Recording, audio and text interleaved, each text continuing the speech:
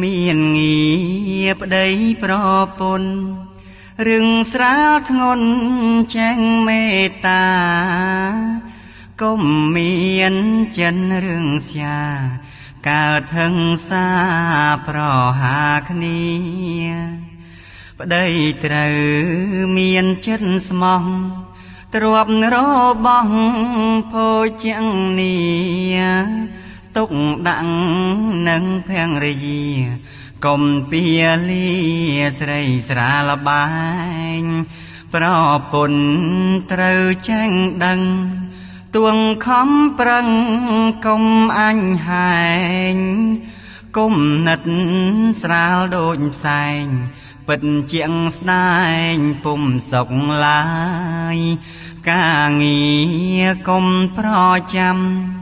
មើលបំណាំគ្នាឥត